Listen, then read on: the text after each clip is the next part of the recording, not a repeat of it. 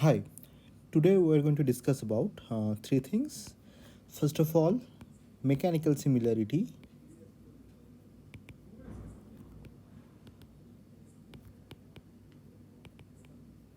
Secondly, Virial theorem.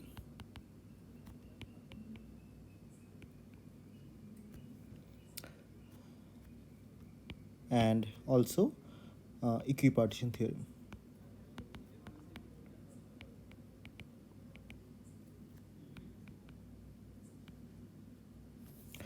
So we'll talk about Virial theorem in the context of classical mechanics.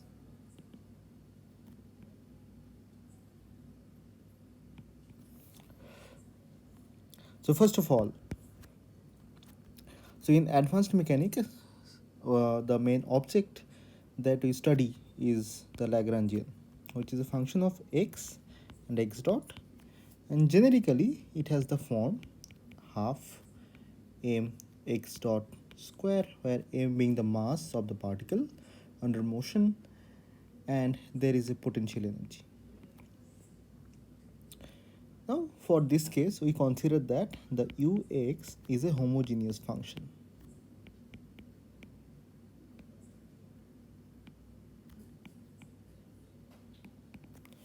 That means if we scale x as lambda x, then u of lambda x is just lambda to the power n and u of x.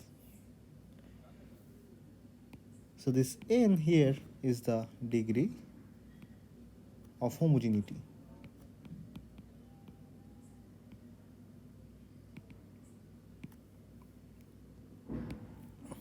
Now let us ask the question, what happens if we scale x by alpha and the time by beta?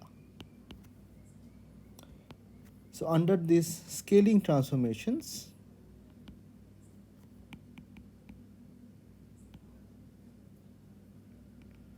how the Lagrangian changes?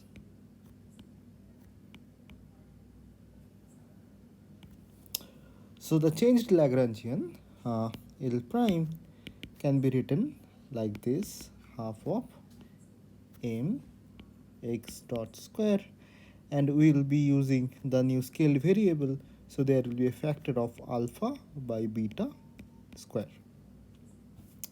And for the this potential energy part, we will have alpha to the power n and u of x.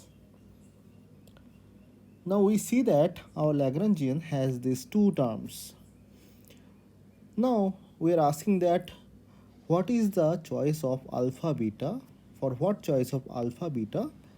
The equation of motion uh, obtained from this Lagrangian is same as the previous Lagrangian.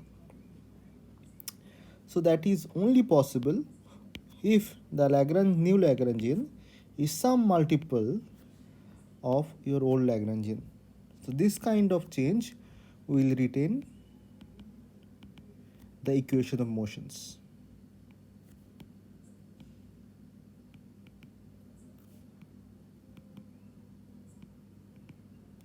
So I think you can probably see that if alpha beta square is same as alpha to the power n, then these two things actually come out as a scalar number.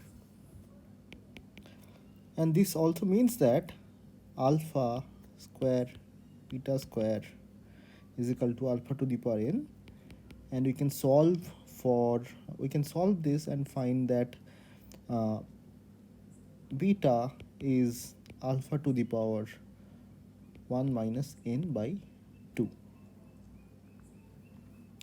So for this particular scaling relations, the equation of motions will be same as before.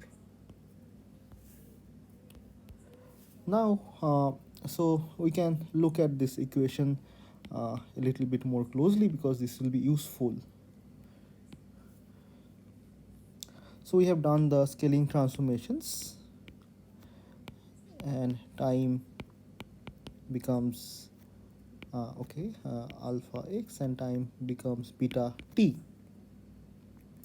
Now if we denote them by x prime and this by t prime, then that means alpha is equal to x prime by x, the ratio between the new and the old length, and beta is the ratio between the old and the new time. Yeah, so beta is the ratio between the new and the old time. So we can use these two equations here, and that will give us something like this.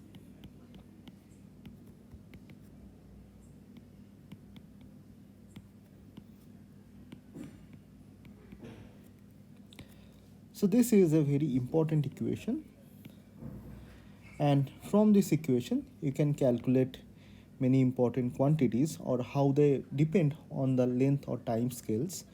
For examples, you can find how the velocity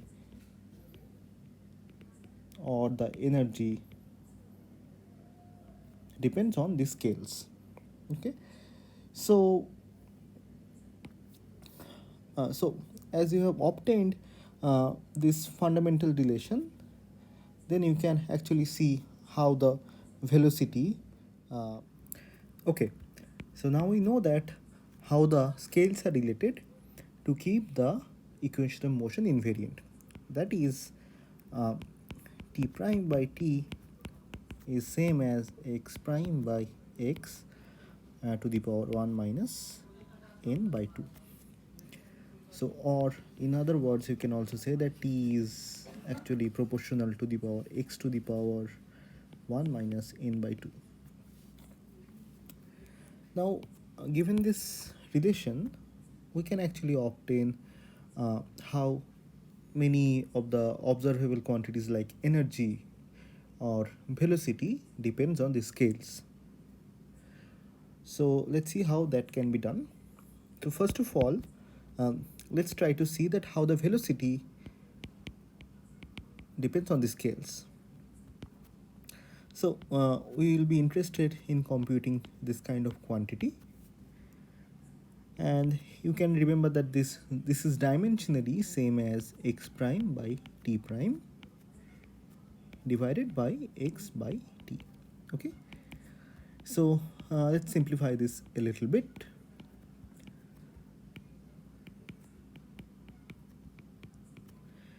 So then again we'll use the same equation here, and we'll substitute the t prime by t, which is nothing but x prime by x to the power minus 1 plus n by 2. So then we are only left with uh, x prime by x to the power n by 2. So that means the velocity actually depends on the length scales as to the power n by 2.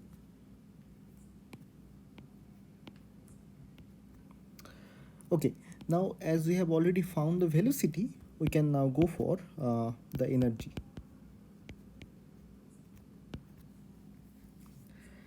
So the energy, again, let's write this in terms of a ratio, is nothing but dimensionally v prime by v squared. Now, as we have already obtained this quantity v prime by v, then we will use the previous relation and we will find that the energy depends on the length scales as to the power n, or in other words, E is just proportional to x to the power n.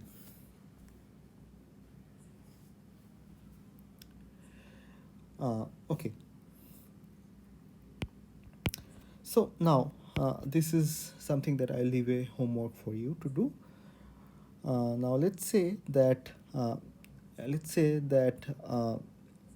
I want a relation between the how the uh, energy is related to the time scale.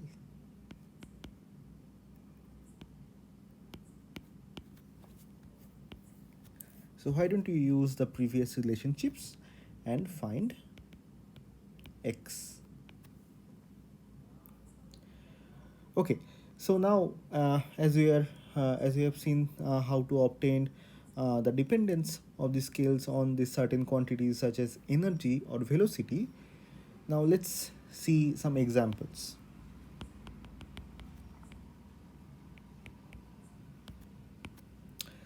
Okay, so the first one is a simple harmonic oscillator,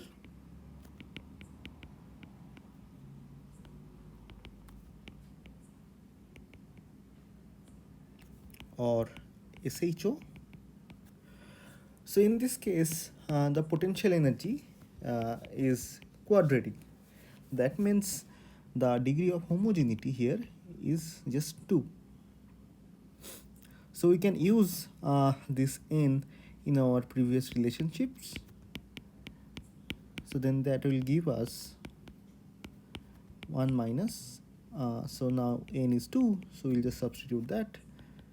So that means t prime and t is x prime and x to the power 0.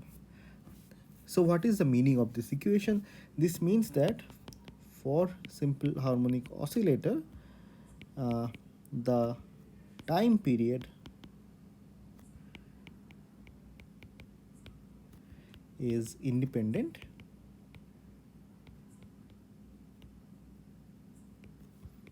of the length scale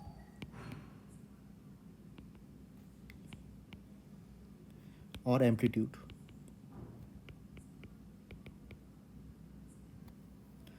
Okay, so let's not confuse you.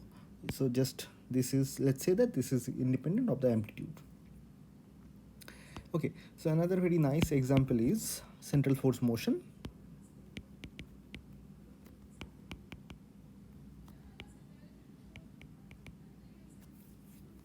So in central force motion, our potential goes something like just 1 by r. So that means the degree of homogeneity here is -1.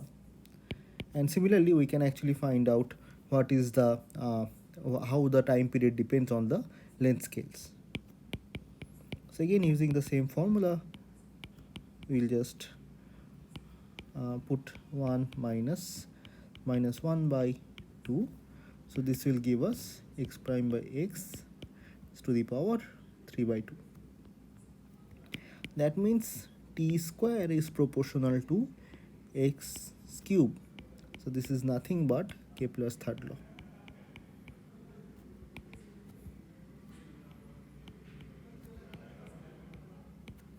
So as you can see that using the scaling transformations, we can obtain many information without almost no work.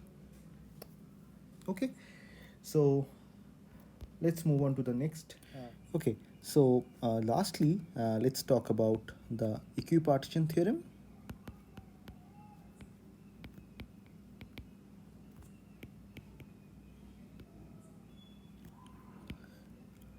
All right, so in this case, the major quantity of interest is this one, and the average is a thermal average on a canonical ensemble, which can be written like this: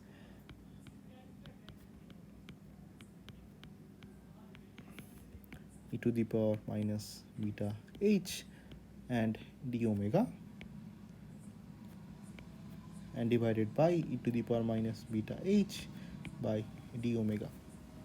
So here d omega is the volume of the phase space, which is given by d3n p d3n q. Okay, and this xi are anything like p or q. Okay, so let's first start looking at the numerator.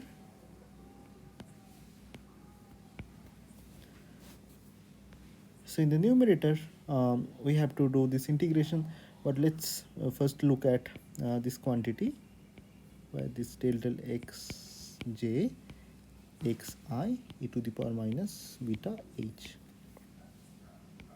So we can evaluate this quantity.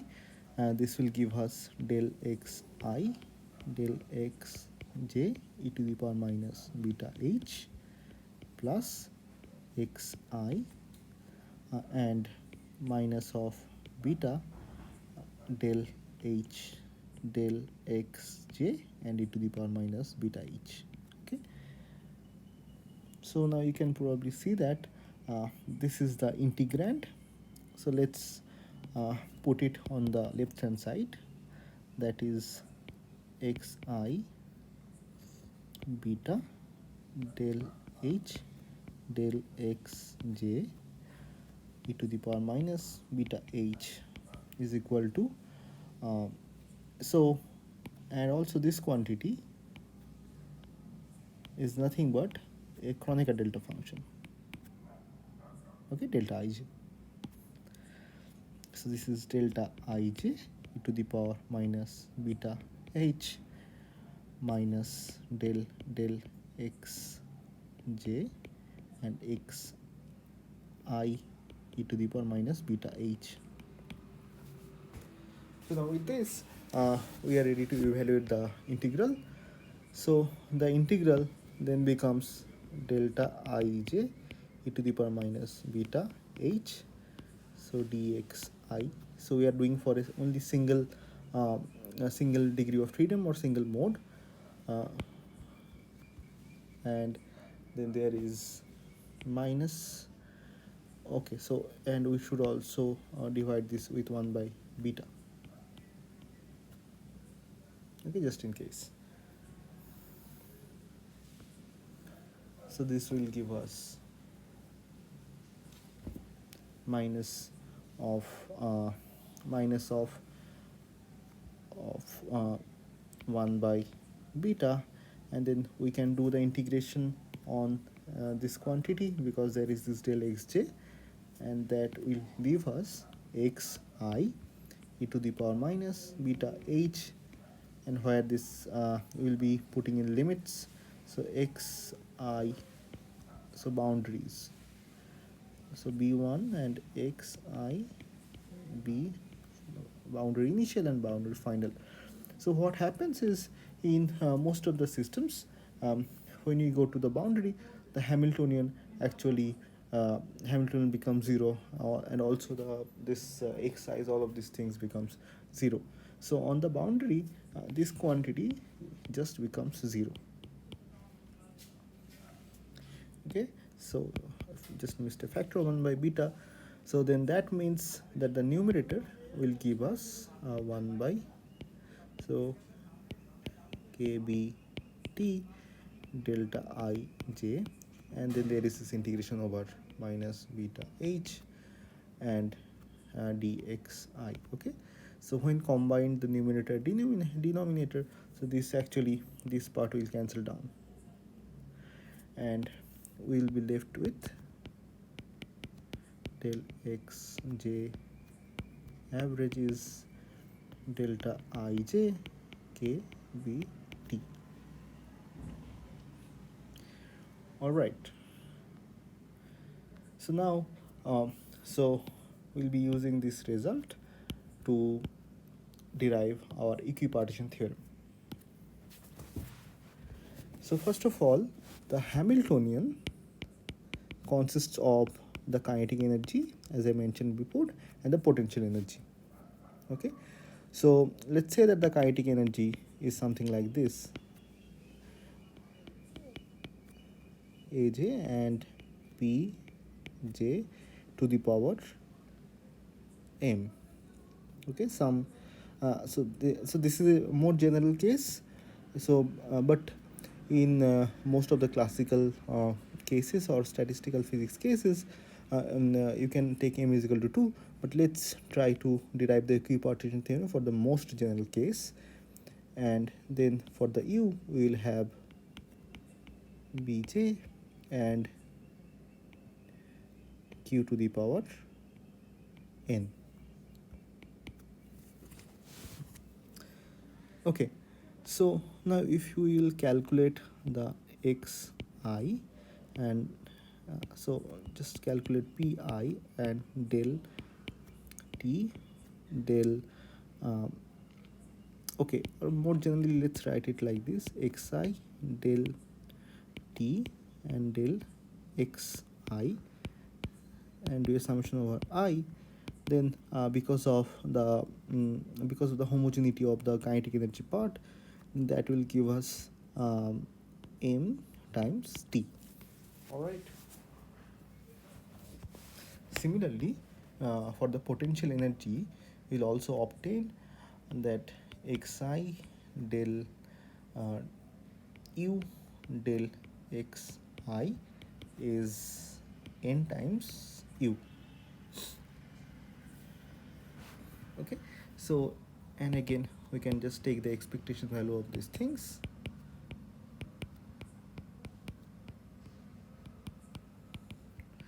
M t, and also expectation value of this thing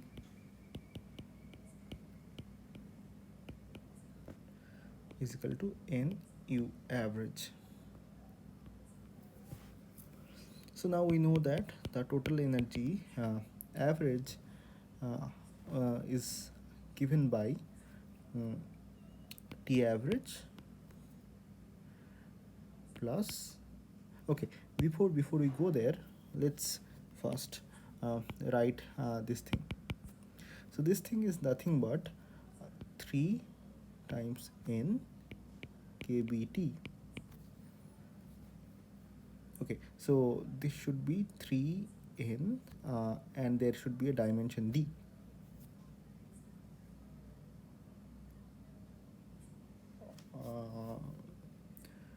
Okay, so yeah, probably let's write it like this. So n degrees of freedom and d dimension with kb t. So let me mention this: d is the dimension and n is the number of particles. Okay, so d n kbt is same as m t average. Okay,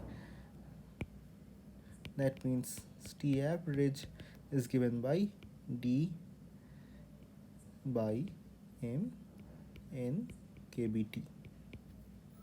And similarly, the u average will be given by 1 by n d n kbt. Okay, now let's calculate the expectation value of the Hamiltonian, which is given by this thing. And as we have just calculated, this is 1 by m d times n kbt, and this is 1 by n d times capital N kbt. So this is nothing but d times n kbt. So all right, so this is your general equipartition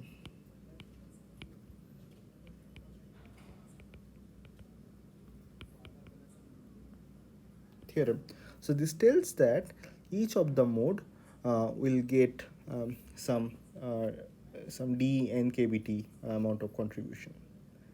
Okay, so for a simple harmonic oscillator, then you can again calculate the h is given by 3n kbt. All right, and you can also look at this quantity that so in this case the relation between the T average and U average is given by let me see, so n by m, I guess that is correct. Okay, so let's write this a little bit differently. M times T average is same as n times U average. Okay, so we can see that this expression is same as what we obtained in classical mechanics.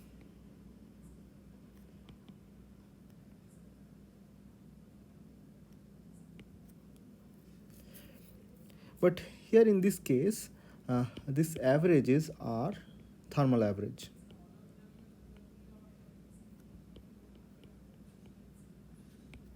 On a canonical ensemble. But in the classical case, the average was a time average. But the similarity is very, very interesting, right? Okay, so that will be all for today. I will see you next time. Okay, so let's talk about Virial theorem in the context of classical mechanics. So in classical mechanics, the kinetic energy T is a quadratic function.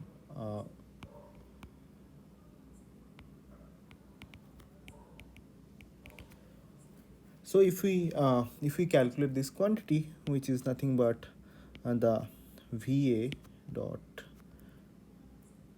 del T VA del VA, the summation of A, then that will give us back uh, twice of T. So this is nothing but the Euler's formula.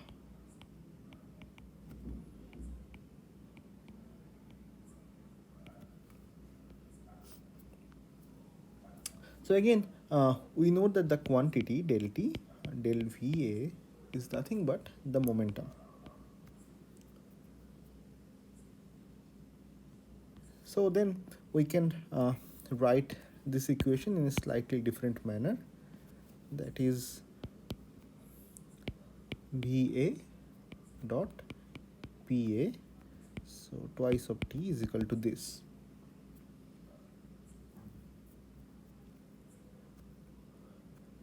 So this PA is nothing but okay. So now we can actually write this quantity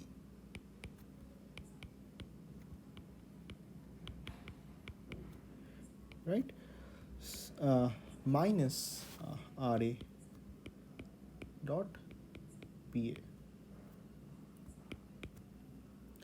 So now you can check it back that if you calculate this quantity, this will give you back this.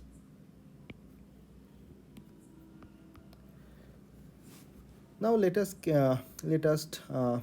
take an time average of this whole equation.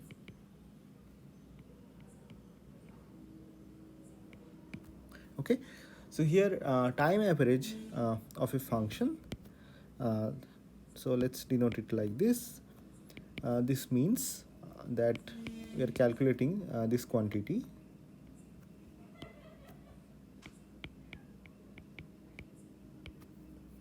where this tau is actually tending to infinity. So in this limit, we are calculating the time average. So in classical integrable or non-chaotic cases, what happens is this quantity, the trajectories are bounded. Okay. So we can actually argue that the f prime is given by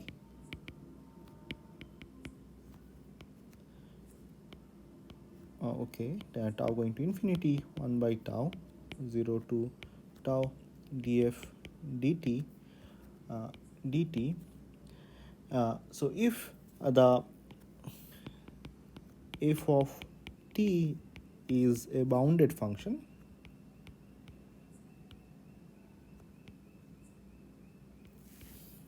okay, so then actually if we write this thing f of tau minus f of 0 by tau, this quantity is actually well defined, and because the f is actually bounded, so for any time tau it will always be a finite number. Okay, so that means that this quantity goes as 1 by tau, and at out going to infinity it becomes just 0.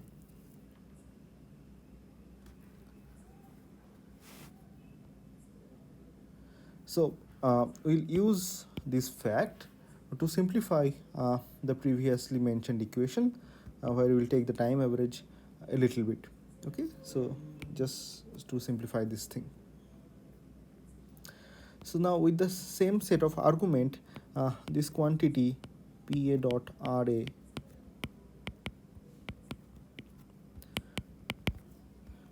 this thing is also bounded for non-chaotic cases.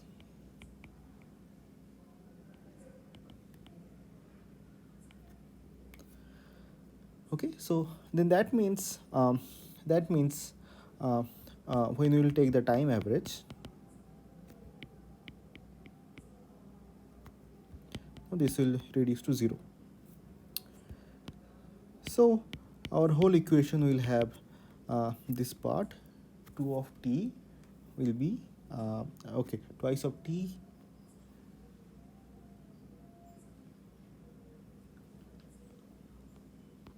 is equal to minus of r dot p and the time average. So you may be familiar with the fact that your PA, so let me just check one thing. Yeah, so there is the dot. Yeah. So PA dot is nothing but del U del RA. This is again just Newton's law.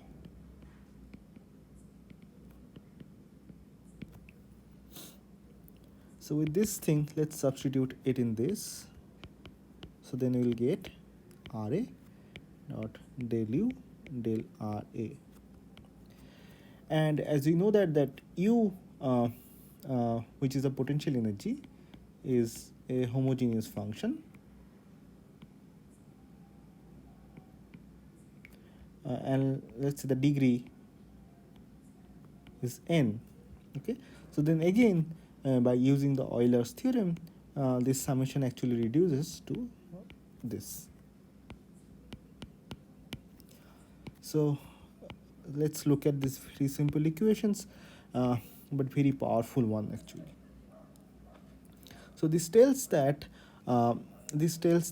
how the time averaged kinetic energy and potential energies are related. Okay, so let's analyze this a little bit. So T average is nothing but n by 2 U average, and as you know that the E average is nothing but T average plus U average.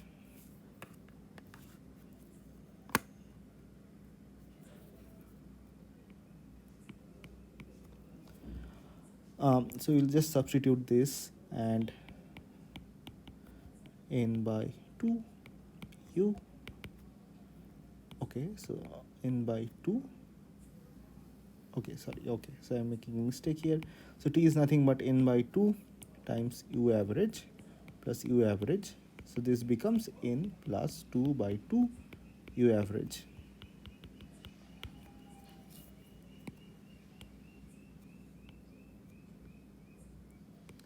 So you can also write your total energy in terms of kinetic energy also. So then E is so T average plus 2 by n T average. So then it becomes n plus 2 by n T average.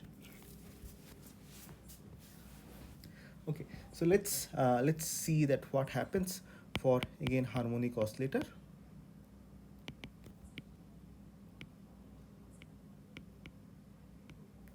So for harmonic oscillator, n is just 2. So the T average is same as U average.